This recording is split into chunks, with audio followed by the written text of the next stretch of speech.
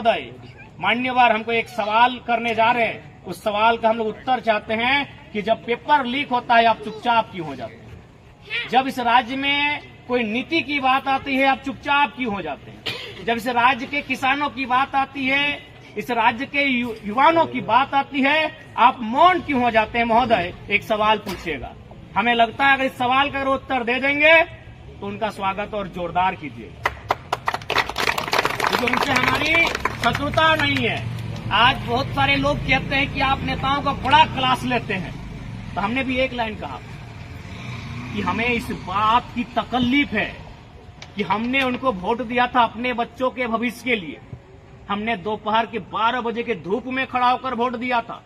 क्या 60 साल और क्या 70 साल और क्या 90 साल के लोग धूप में खड़ा होकर उनको वोट दिए थे इस राज्य के भविष्य के लिए? लेकिन उन्होंने क्या किया?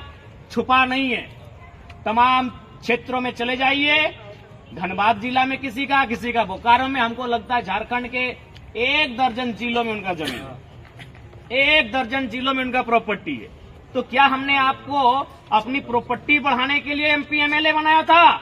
ये झारखंड के एक आम व्यक्ति की प्रॉपर्टी का सुरक्षा करने के लिए आपको एमपी एमएलए बनाया था। अब आप ही बताइए, हमने तो स्पष्ट कह दिया कि यदि आप व्यापारी होते और एक दिन में 1 करोड़ नहीं 1 अरब भी कमाते तो मां कसम कुछ नहीं कहते, क्योंकि आप एक व्यापारी होते। लेकिन अगर आप एक राजनेता बन के एक ढेला भी गलती से कमाइएगा गलत तरीके से, तो उसका मुकाबला हम करने के लिए तैयार रहेंगे।